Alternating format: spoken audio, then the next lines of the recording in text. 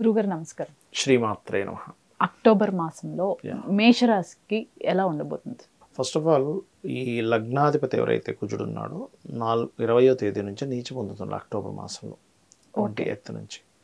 So 28th నుంచి ఎప్పుడైతే నీచ పొందుతున్నాడో అక్కడి నుంచి కొంచెం మీరు వాహనాలు, గృహాలు, ఏదైనా ఎడ్యుకేషన్ రిలేటెడ్ సంబంధించిన విషయాల్లోని, తల్లిగారి ఆరోగ్య విషయంలో ఆఫ్టర్ 28th తర్వాత ఒక నెల రోజుల పాటు చాలా జాగ్రత్తగా ఉండాలి. వీరికి ముఖ్యంగా ఫైనాన్షియల్ పరంగా ఎలా ఉండబోతుంది? ఫైనాన్షియల్గా కనుక చూసుకుంటే వీళ్ళకి సెకండ్ లార్డ్ శుక్రుడు ఎవరైతే ఉన్నారో మనకి ఈ 13వ తేదీ నుంచి శుక్రుడు తులలో ఉండేటువంటి శుక్రుడు అష్టమంలోకి వెళ్తున్నాడు. సో యాన్స్టస్ ప్రాపర్టీస్ మూలంగా ఏదైనా ధనం రావడం కానివ్వండి, అండ్ కొన్ని వ్యాపార సంబంధించిన మూలకంగా ధనము ఇట్లాంటివి ఇస్తారు ఇక్కడ. వీళ్ళకి బిజినెస్ పరంగా, అలానే ఇప్పుడు మీరు చెప్పినట్లు ప్రాపర్టీస్ పరంగా ఏదైనా కొనుగోలు చేసే విషయం, అమ్మే విషయంలో ఎలా ఉండబోతుంది? కొంచెం 20వ తేదీ లోపలే ఏం కొనుగోలు చేసినా చేయాలి. 20వ తేదీ తర్వాత అమ్మడానికి బాగుంటుంది కానీ కొనుగోలు చేయకండి, బికాజ్ ఆ వస్తు స్థానము అంటారు. సో 4లో కుజుడు ఉన్నప్పుడు ముఖ్యంగా వాహనాల మీద వెళ్ళేటప్పుడు, కొనుగోలు చేసేటప్పుడు, భూములు కొనుగోలు చేసేటప్పుడు జాగ్రత్తగా ఉండాలి.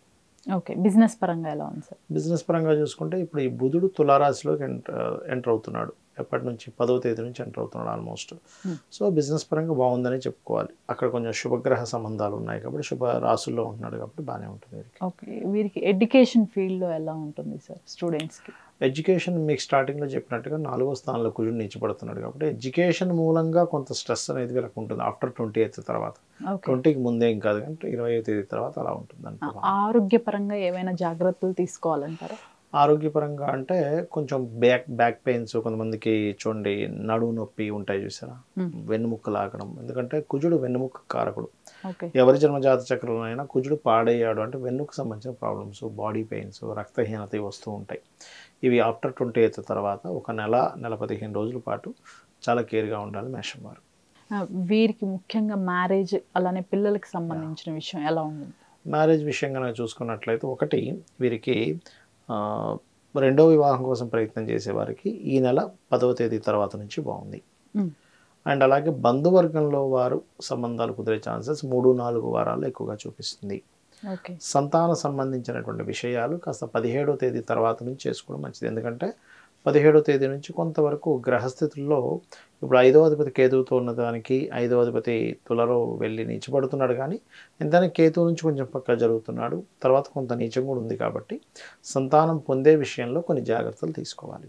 వీరికి జాబ్ పరంగా ఎలా ఉండబోతుంది? జాబ్ పరంగా చూసుకుంటే శని వీళ్ళకి జాబ్నిచ్చే కారకుడు అవుతాడు. సో మేషానికి ఎప్పుడైతే శని వక్రించుకుంటూ వెనక్కి వెళ్ళి మళ్ళీ స్ట్రైట్ అయ్యేటువంటి సమయం నడుస్తుంది ప్రజెంట్ వీళ్ళకి ఈ యొక్క అక్టోబర్ మాసంలో.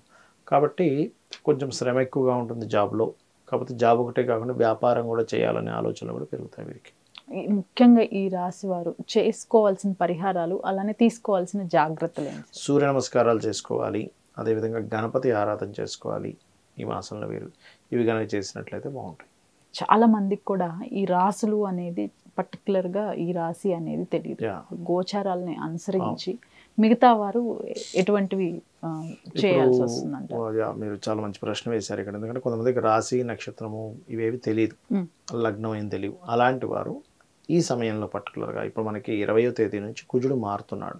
ఇది దేశవ్యాప్తంగాను ప్రపంచవ్యాప్తంగా అనేకమైనటువంటి విషయాలను చూపిస్తూ ఉంటుంది. మీకు గమనించండి, మనం చంద్రగ్రహణం సమయంలో విదేశాల్లో కూడా కొంత ఫ్లడ్స్ లాంటివి వస్తాయి చెప్పుకున్నాం మనం. అప్పుడు మీరు 2-3 days బ్యాక్ చూస్తే చైనాలో చూడండి విపరీతమైన వర్షపాతం అది నమోదైంది, నిన్న మొన్న సంథింగ్. అంటే ఇక్కడ ఏంటంటే నేను అనేది ఏంటంటే ఎప్పుడైనా సరే ఈ కుజుడు నీచబడ్డా, శనిని చూస్తున్నా, లేదా రాహు సంబంధించిన ప్రభావం ఎక్కువ ఉన్నప్పుడు ఏమవుతాయంటే కొంచెం గతంతో పోల్చుకుంటే ఇప్పుడు కొంత జనాల్లో వ్యతిరేకతలు కానివ్వండి, కొంత అల్లర్లు, కొంతవరకు ఈ ప్రభావం ఏదైతే స్ట్రెస్ఫుల్ని ఇచ్చేటువంటి ప్రభావాలు పెరుగుతూ ఉంటాయి లోకంలో.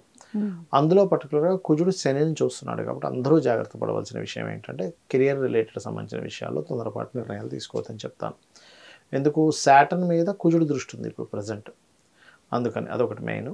అండ్ అలాగే కొంత ప్రభుత్వాల మీద, రాజకీయ నాయకుల మీద కూడా వ్యతిరేకత బాగా పెరుగుతుంది రాబోయే 2-3 monthsలో. ఇంకా ఆల్రెడీ 1 month నుంచి దాని ప్రభావం ఉందని ఎప్పటి నుంచి చెప్తూ వస్తున్నాం, ఇంకా పెరగనుంది.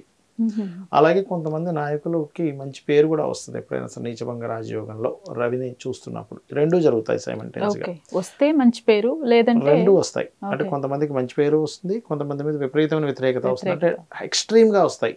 పేరు ఎక్స్ట్రీమ్లో వస్తుంది, వ్యతిరేకత ఎక్స్ట్రీమ్లో వస్తుంది. ఎందుకంటే ఎక్స్ట్రీమ్గా ఇచ్చే ప్లానెట్స్ రెండు పరస్పరం నీచంలో ఉన్నప్పుడు అనమాట.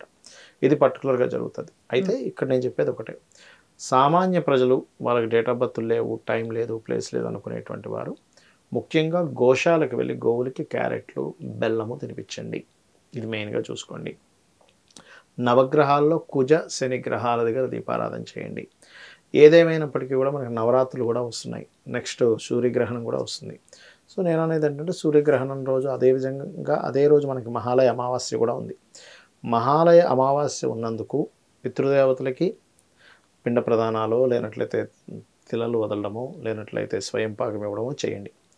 రెండవది ఏంటంటే దేవీ నవరాత్రులు వస్తున్నాయి కాబట్టి మనకి ఖచ్చితంగా వీలున్నంత మటుకు నవరాత్రులు చేసుకోవడానికి ట్రై చేయండి. బికాజ్ ఆఫ్ యమద్రంష్టికలు అంటారు ఈ సమయాన్ని. అంటే యముడి యొక్క కోరలు తెరిచుండేటువంటి కాలంగా చెప్తూ ఉంటారు. అంటే మీరు గమనించినట్లయితే ఈ సమయంలోనే కొంచెం బాగా ఏజ్డ్ పర్సన్స్ కావచ్చు, కొంచెం రోగంలో ఉండేటువంటి వారికి కావచ్చు ఎఫెక్ట్ ఇస్తుంది. అందుకని నవరాత్రులు చేసుకోమని చెప్తారు. నవరాత్రులు కనుక ఎవరైతే చేస్తారో వాళ్ళకి అమ్మవారి రక్షణ ద్వారా ఈ ప్రభావం అనేటువంటి తగ్గుతుంది. మనకు అదిగాక క్రోధినామ సంవత్సరం యొక్క ప్రభావం ఉంటుంది. ఈ కుజుడు నీచబడి శనిని చూసే ప్రభావం ఉంటుంది. కాస్త 2 గ్రహణాలు కూడా జరిగాయి ఈ మధ్యకాలంలో. అంటే నెక్స్ట్ సూర్యగ్రహణం రాబోతుంది, చంద్రుడు అయ్యారు, సూర్యుడు రాబోతుంది. కాబట్టి ఈ ప్రభావాలు ఏవి కూడా మన మీద పడకుండా ఉండాలి అంటే ఖచ్చితంగా అమ్మవారి ఆరాధన చేసుకోవడం మంచిది. ఇంకా వీలైతే కనుక ఆ 9 రోజులు కూడా బిల్వపత్రం ఉంటుంది. బిల్వపత్రానికి చందనము అంటే ఎర్ర చందనము రాసి దాంతో కనుక అమ్మవారి ఆరాధన కనుక చేసుకున్నట్లయితే బాగుంటుంది. Right sir, thank you. శ్రీమాత్రే నమః.